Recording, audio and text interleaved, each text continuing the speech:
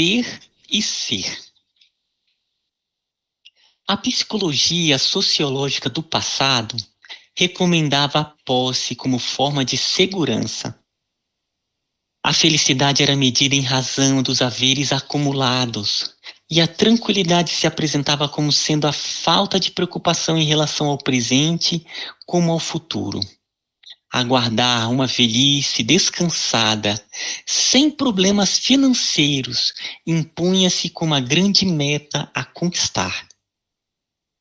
A escala de valores mantinha como patamar mais elevado a fortuna endinheirada, como se a vida se restringisse a negócios, a compra e venda de coisas, de favores, de posições.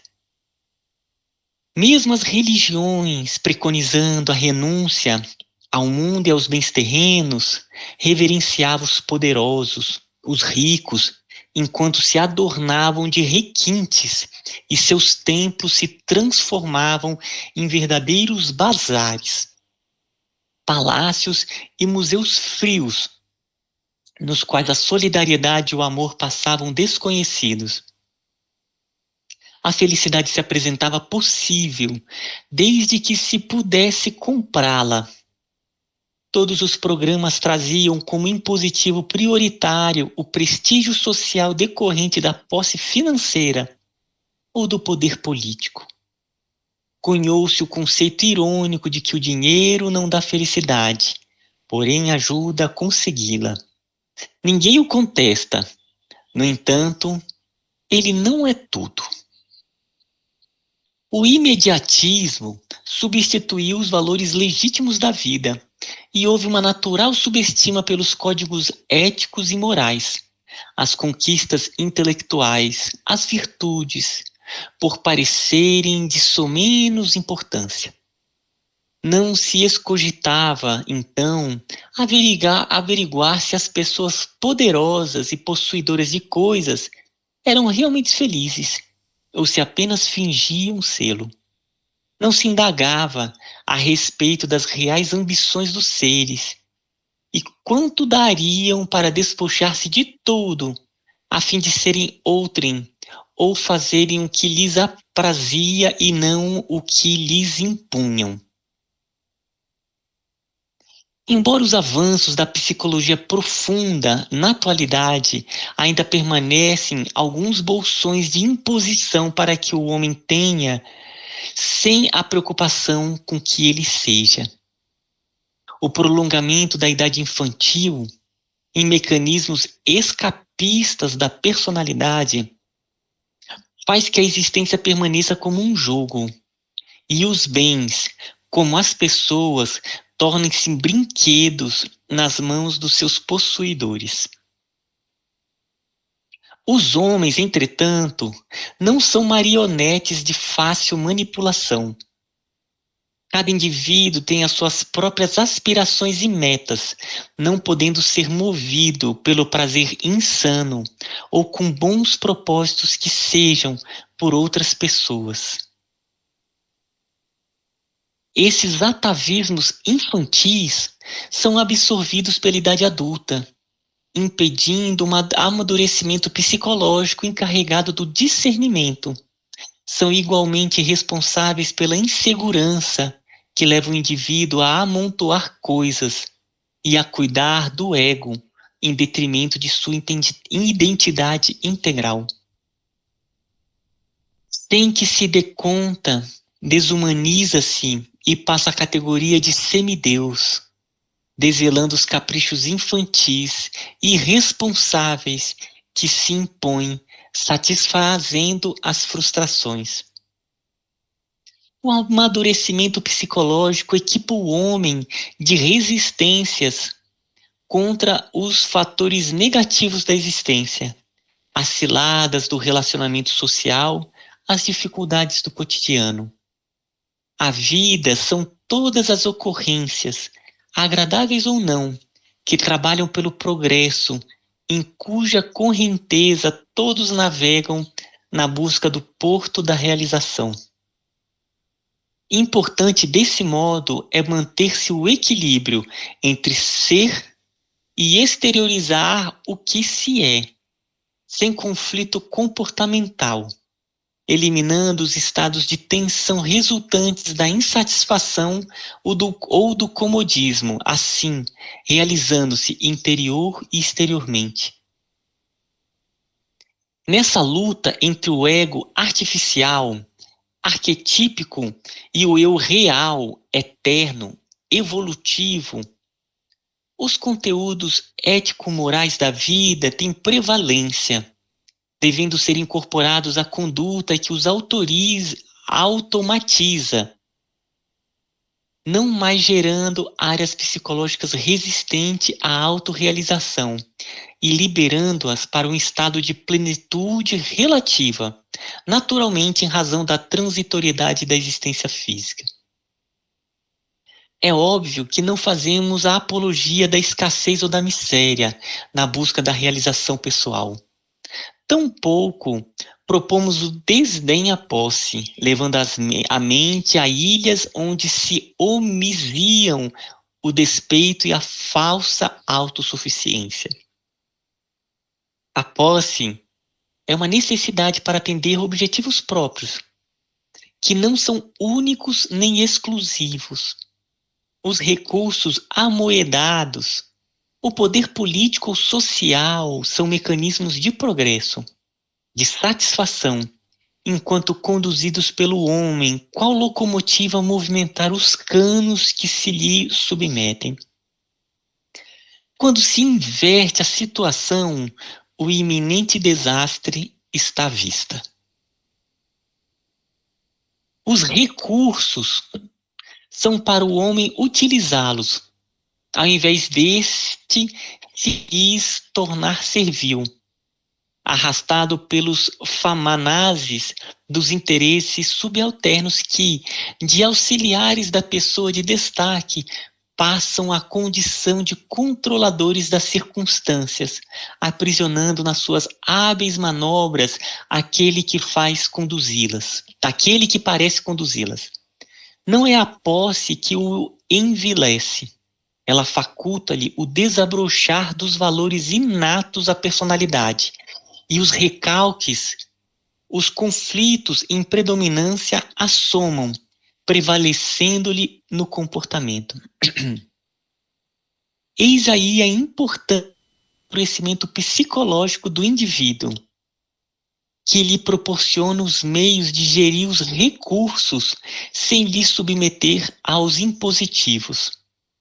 Quando se tem a sabedoria de administrar os valores de qualquer natureza a benefício da vida e da coletividade, não apenas se possui, sobretudo se é livre, nunca possuído pelas enganosas engrenagens tais preciosos dos títulos de negociação, dos documentos de consagração e propriedade, todos afinal perecíveis, que mudam de mão, que são fáceis de perder-se, destruir-se e queimar-se.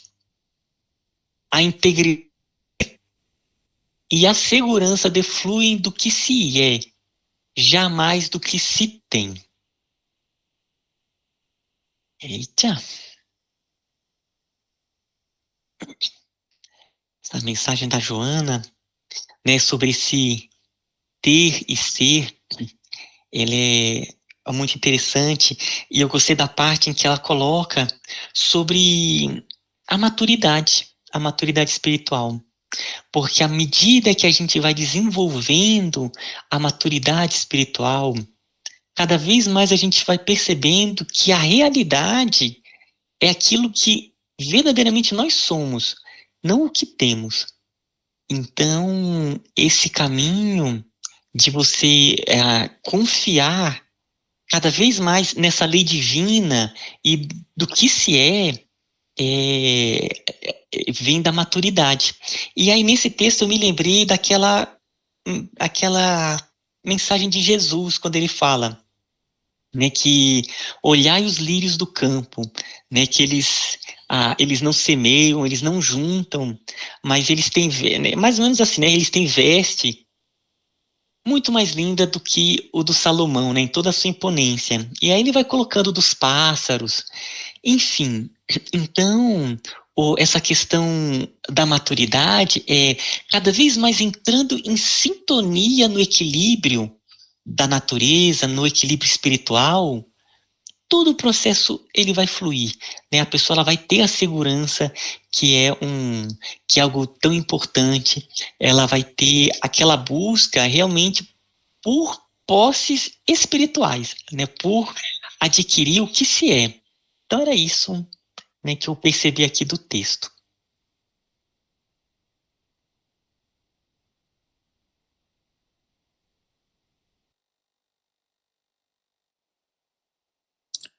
Eu achei a frase lá, uma parte da frase, eu não sei exatamente quando ela fala que é ser e tem que cuidar de ser e não do parecer ser, né? Porque, assim, tem o ter, né? A posse de coisas materiais e também tem a posse dos, de várias coisas, né? Conhecimento, né? De coisas que a gente acha que a gente tem, né? Aí infla o ego, né? E, e, e parece ser. Eu fiquei olhando, vendo o texto, eu fiquei assim, gente, como. Eu não sei exatamente quando é que foi feito o livro, né? Mas como é tão atual, né? Tão, tão, tão visivelmente atual esse texto, principalmente quando a gente vê redes sociais, em que as pessoas tentam, né? Parecer, né? E esses dias eu conversava com uma amiga e ela falava que eu, assim, eu tenho a rede, mas há meses e meses e meses, acho que é ano que eu não mexo mais, né? E eu falando que não estou mais e tudo, e as pessoas perguntam, você está onde, né? Você está na rede, qual o seu isso, qual aquilo, e eu, não estou participando e tal. E e as pessoas, né, fazem essas perguntas, essas cobranças e tudo, e eu conversando com essa minha amiga e falando assim, para mim é muito difícil, porque algumas pessoas começam, a gente conhece o ser e conhece o parecer ser, e aí a gente vira e fala assim, que loucura que é esse mundo, né, virtual, parece que deu um boom, né, do que as pessoas querem parecer ser.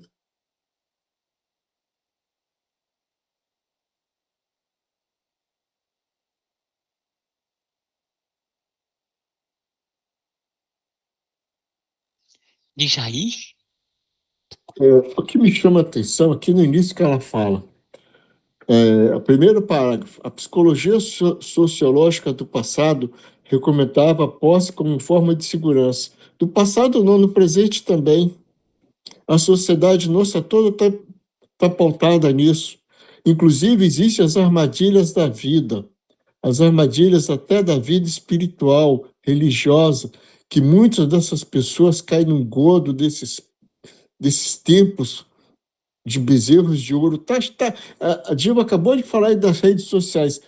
Tá proliferando um monte de seitas, um monte de negócio que você queira falar, tudo apoiado nisso, nessa psicologia de possuir como forma de segurança. E depois ostenta. Aí ela termina aqui, uma coisa como já isso já envolve a gente, tá? Nossa vida.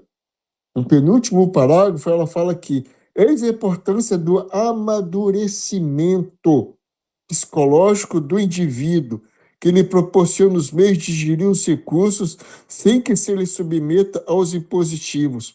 Olha só, quando se tem sabedoria de administrar os valores de qualquer natureza, ela fala valores de qualquer natureza, valores, por exemplo, da inteligência, os valores da comunicação, não é só os valores da posse de riqueza, o valor da arte, o valor da música, da coisa. Então, quer dizer que tudo é motivo que às vezes é para elevar, como ela fala aqui no final, com o intuito de elevar, mas a pessoa não tem esse amadurecimento, essa sabedoria de administrar esses valores e vai por água abaixo.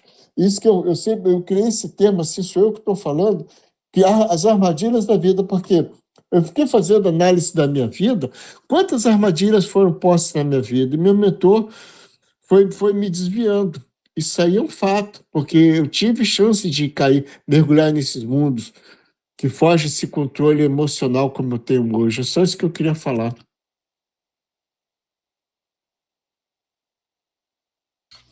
Tem uma passagem aqui que ela fala sobre do imediatismo e substituir os valores legítimos da vida. E houve uma natural subestima pelos códigos éticos e morais. E aí ela completa na outra parágrafo. Não se escogitava, então, averiguar se as pessoas poderosas e possuidoras de coisas eram realmente felizes, ou se apenas fingiam sê-lo. Tem uma passagem no Evangelho segundo o Espiritismo que ele fala, é uma passagem que ela vai falando assim, para a gente, que a gente às vezes está ali desejando tantas coisas, ela fala, pobre criança, você não sabe quantas lágrimas derramam essas pessoas que lhe parecem tão bem, né, na sociedade. E a gente vê um excesso de exposição de vida, de formas de felicidade, de realizações que são muitas vezes tão só na aparência, e quantas vezes a gente não se pergunta, nossa, será que a minha vida realmente está boa? Porque, olha, quando principalmente a gente vai para as redes sociais, às vezes a gente começa a se perceber, mas de uma forma negativa, muitas vezes olhando como se a do outro estivesse melhor do que a nossa. Quantas vezes a gente não se pergunta, isso realmente é um fator de felicidade? Realmente o que está sendo mostrado naqueles poucos segundos é a felicidade? Por que isso me toca? Tem sido visto um grande número de depressão relacionada a esse contato com as redes sociais, principalmente entre jovens e adolescentes. E aí a gente perceber ao redor quantos chegam até nós com conflitos, por causa de ver a vida do outro como se fosse maravilhosa, e a gente não se perguntar quantas lágrimas há por trás daquilo, e às vezes até reproduzindo padrões que serão fatores de infelicidade para aquela pessoa ou para nós mesmos. Então, eu acho muito bonito, que eu me lembro muito dessa passagem do Evangelho segundo o Espiritismo, tão atual sempre, e ela trazendo a gente pensar, não como forma de julgar, não como forma, porque cada um tem o seu tempo evolutivo, o seu tempo de amadurecimento, mas a gente perguntar em nós mesmos quanto a gente ainda compara a nossa vida, e às vezes até segue padrões que não são saudáveis, porque a gente acredita ou está sendo vendido aquilo como uma forma de felicidade. Olha só, essa coisa linda que a Vina acabou de falar. É do nosso conhecimento que o nosso pensamento é uma força, é um dínamo muito forte, uma força de transformação. Olha só o que ela fala aqui. Cunhou seu conceito irônico, tudo vai de encontro com isso que a Vina acabou de falar aí. Cunhou-se o conceito irônico de que o dinheiro não dá felicidade, mas ajuda a consegui-la. Veja só, com isso aí fica essa corrida pelo ouro, corrida pelo status, corrida pela roupa, corrida por tudo isso que a Vina acabou de falar aí. Porque gerou-se na sociedade esse dínamo que está gerando toda essa força destruidora para os próprios seres, um ou outro ser que consegue se desvencilhar disso. Mas, como ela falou, a própria juventude, a adolescência, vai tudo de rodão. Se não tiver uma alicerce da família, alguma coisa assim, vai, né? E continua nessa massa aí que a gente conhece, esse mundo afora, nesse mesmo estágio que está aí, sempre cunhando essa palavra. Toda hora tem muita gente que fala isso. É só isso que eu queria falar.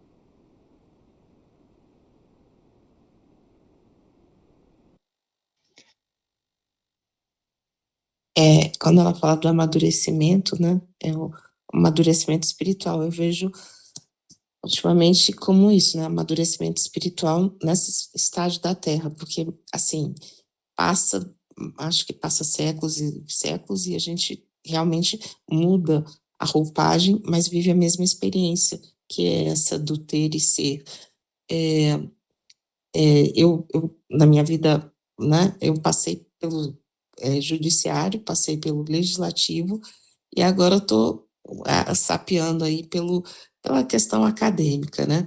E em todos eles eu vejo esse ser e ter de uma forma muito evidente e como as pessoas se agarram ao ter, né? Ter o prestígio, ter o poder, ter o dinheiro, ter a beleza, ter a inteligência, ter o saber, como esse ter é tão forte. E realmente, assim, só um amadurecimento mesmo, uma luta mesmo espiritual, né? Para a gente conseguir se desvencilhar do que o Jay falou das armadilhas.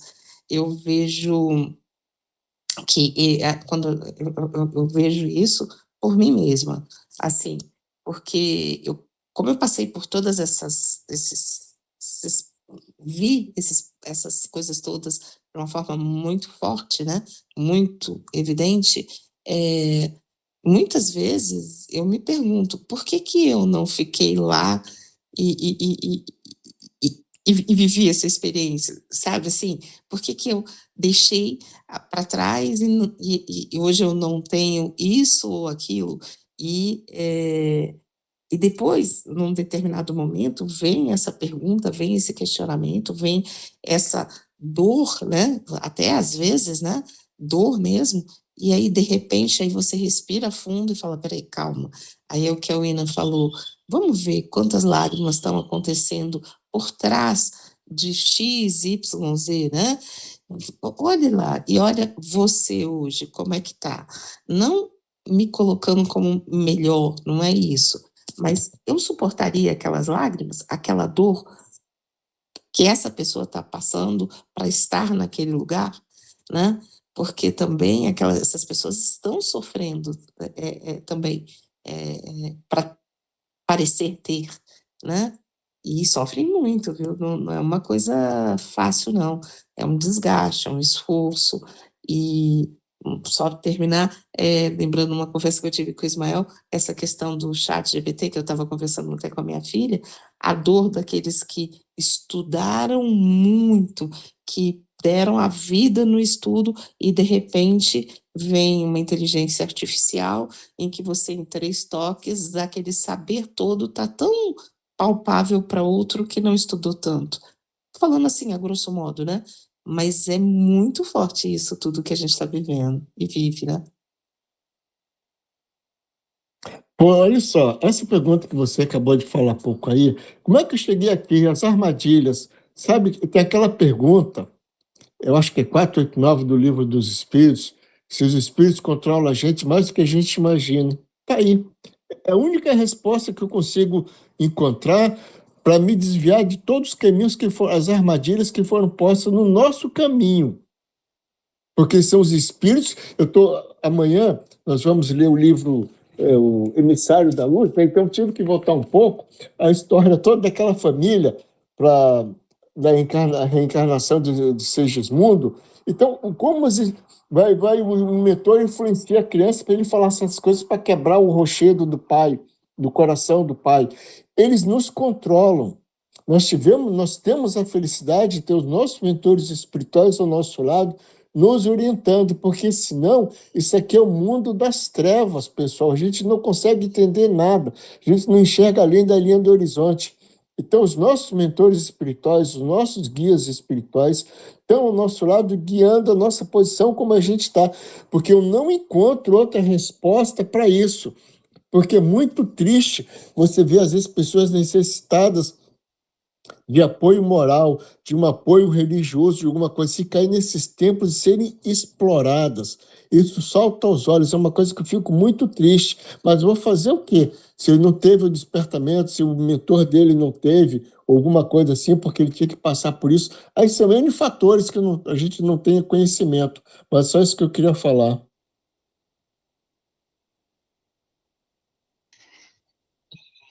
Queria também fazer uma reflexão sobre esse ponto que a Diva colocou, da assimilação do conhecimento, do chat GPT, e vou até fazer uma ligação com a sociedade, porque nesse processo do ter e do ser,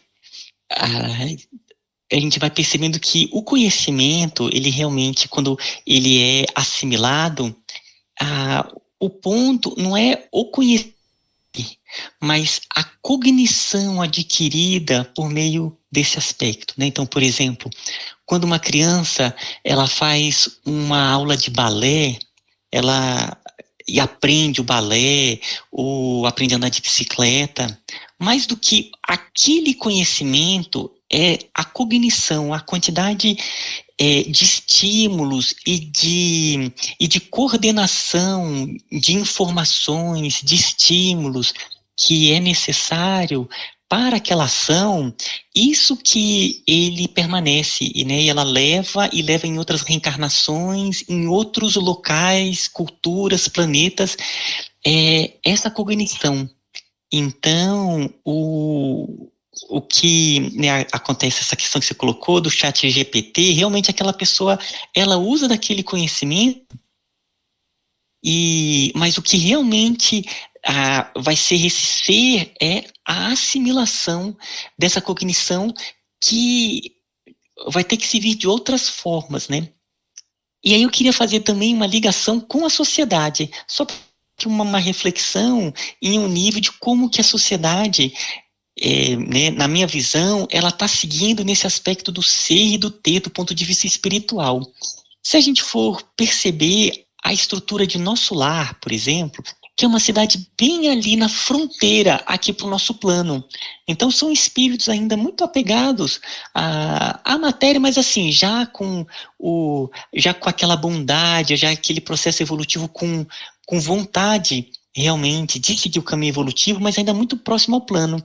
A gente já percebe que a questão do ter é totalmente diferente. E olha que é uma cidade bem próxima, né? Então, eles não têm o dinheiro, eles têm o bônus horas, que se dá pelo trabalho em si, não pela posição social, mais ou menos pela quantidade de horas trabalhadas.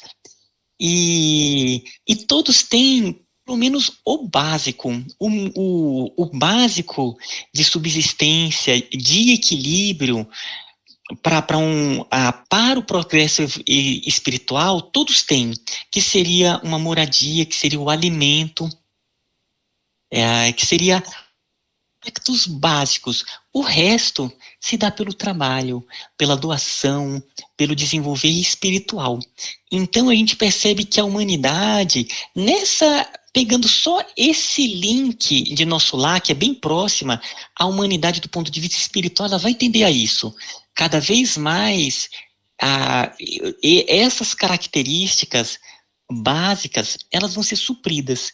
E o resto vai ser realmente buscando as qualidades reais do espírito, cada vez mais buscando ser, de fato, a plenitude espiritual da pessoa, né? Então era isso que eu queria compartilhar.